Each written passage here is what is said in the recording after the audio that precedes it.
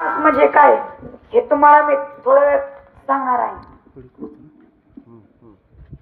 संभाजीची नजर फिरली आणि पाहतो तर काय, आतापर्यंत असं ऐकलं होतं की नद्या समुद्राला जाऊन मिळतात, पण इथं उलट मानवी नदीला, त्या नावडी नदीला आज मुकरब खानाचा सेना सागरच भेटायला आला होता आणि त्या काठावर होता शिवपुत्र संभाजी.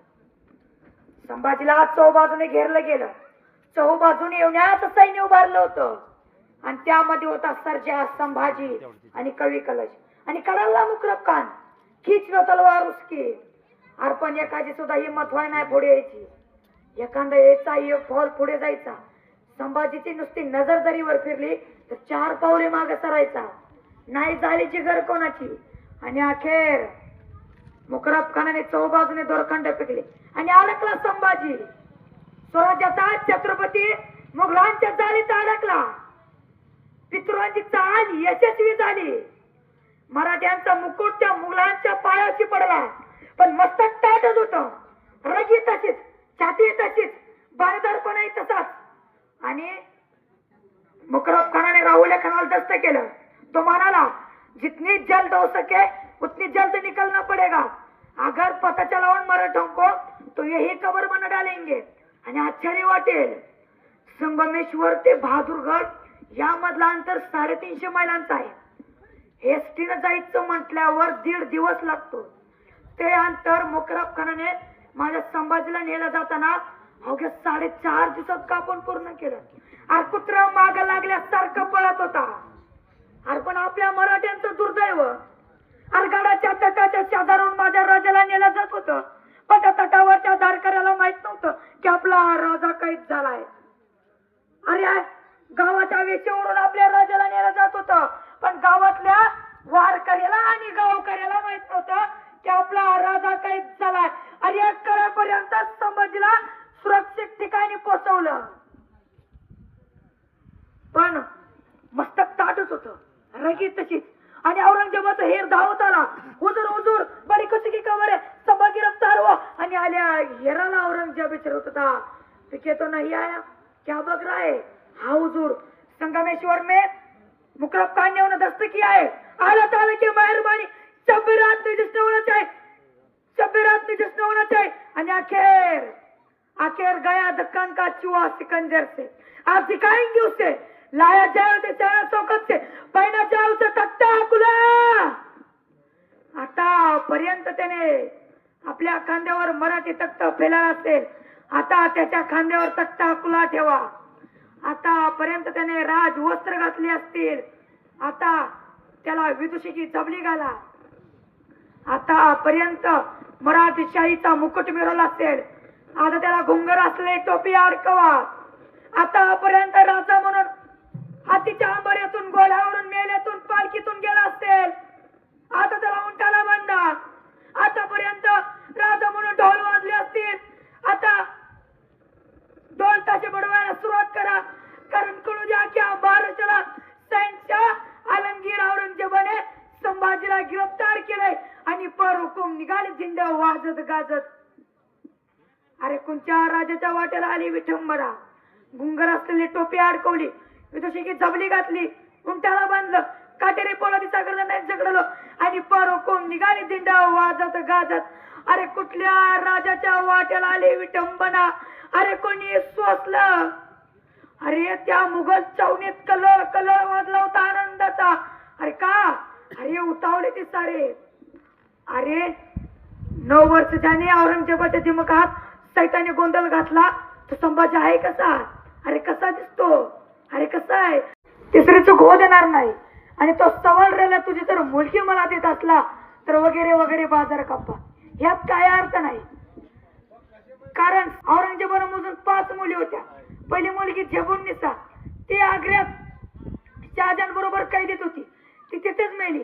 ती महाराष्ट्रात कधी आलीच नाही. मधल्या 3 मुलींशी औरंगजेबाने लग्न केलं आणि शेवटची राहिलेली ती झुनुतुन्निसा, ती औरंगजेबा बरोबर या महाराष्ट्रात आली.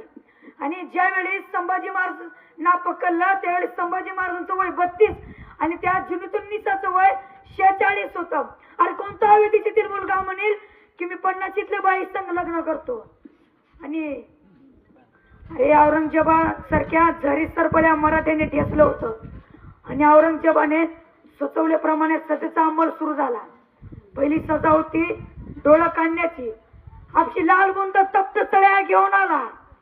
त्या लालबुंद तप्त सळ्या संभाजीच्या डोळ्यात गेल्या. आता त्याच वेगाने बाहेर आल्या. डोळे उरले नव्हते रे कुठं, उरल्या होत्या फक्त खोपण्या काळ्या कबीन वर्ग सर्प. अरे कोणाच्या वाट्याला आली विठंबना, अरे कोणी सोसलं.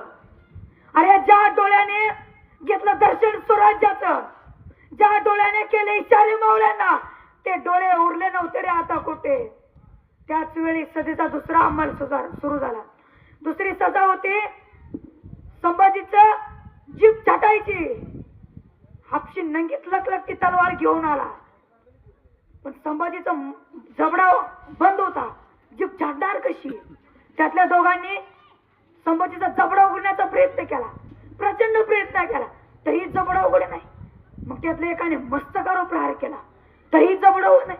मग त्या एकाने कानावर प्रचंड प्रचंड प्रचंड दाब दिला, तरी जबडा उघड नाही. अरे कस काय उघडेल, वाघाचा जबडा आहे, वाघाच्या जबड्यात घालून हात मोजती दात ही अवलाद सांगणारा तो संभाजी कस काय उघडेल.